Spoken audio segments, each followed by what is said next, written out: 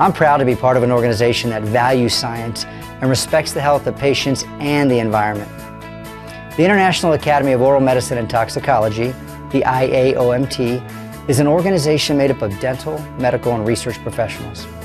The IAOMT relies upon the scientific literature to form its stance that the toxic exposures from mercury amalgam have a negative impact on the health of people and the environment worldwide. Here in the United States, the dental profession is currently the largest user of elemental mercury, one of the most toxic elements known to man.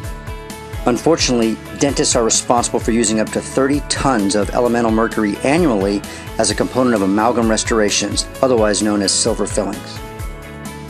These silver fillings are made of approximately 50% elemental mercury that continuously off-gasses hazardous vapor, which exposes the dentist, the staff, the patients, and ultimately the environment. The IAOMT has been the leader in determining safety measures to protect patients and dental office employees from the toxic release of mercury during routine dental procedures. Additionally, our members do not place mercury fillings, and for those patients who do have amalgam fillings, we utilize every safety precaution available to protect them when these fillings have reached their end of life and it makes sense to remove them.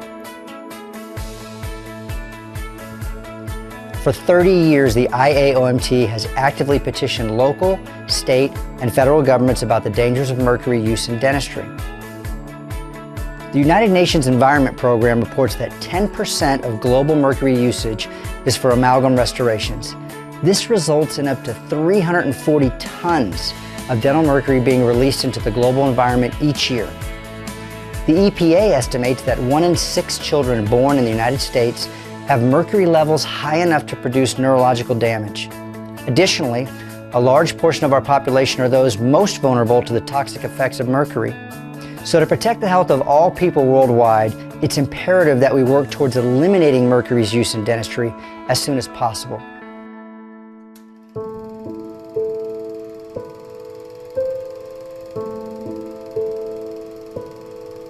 In the 1950s, Chiso Fertilizer Company had begun to dump its toxic wastewater containing methyl mercury, a byproduct of the fertilizer manufacturing process, into Minamata Bay.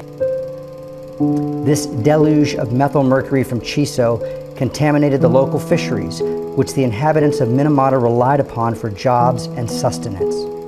The result of contaminating the local food supply led to many people exhibiting strange symptoms: tremors, difficulty with speech, numbness in the limbs, and seizures, just to name a few. The impact of this methyl mercury exposure to the children and unborn was devastating, leading to many deaths and disabilities.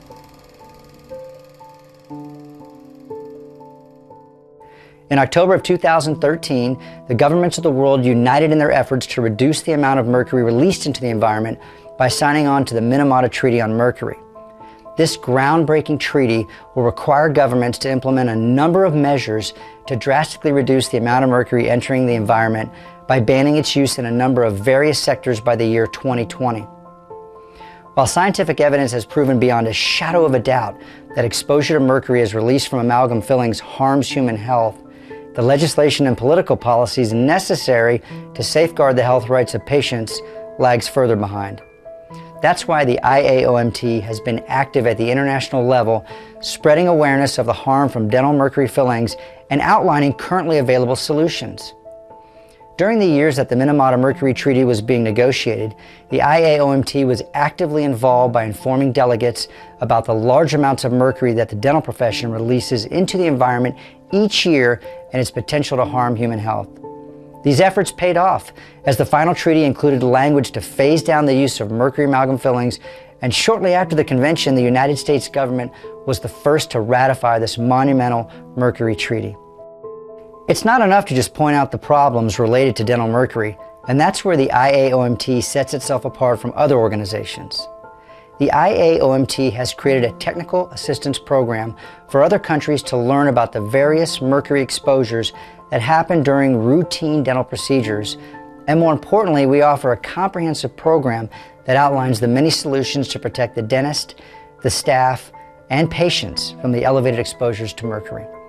With the governments of the world eliminating mercury use from all products, the end of amalgam in dentistry is near.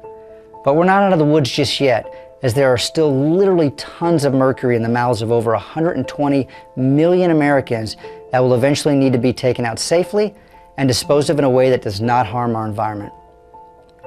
Because the IAOMT continually updates its safety protocols to reflect the most current science on the matter, I can rest assured knowing that the organization not only has my best interests at heart, but also those of my patients and the environment.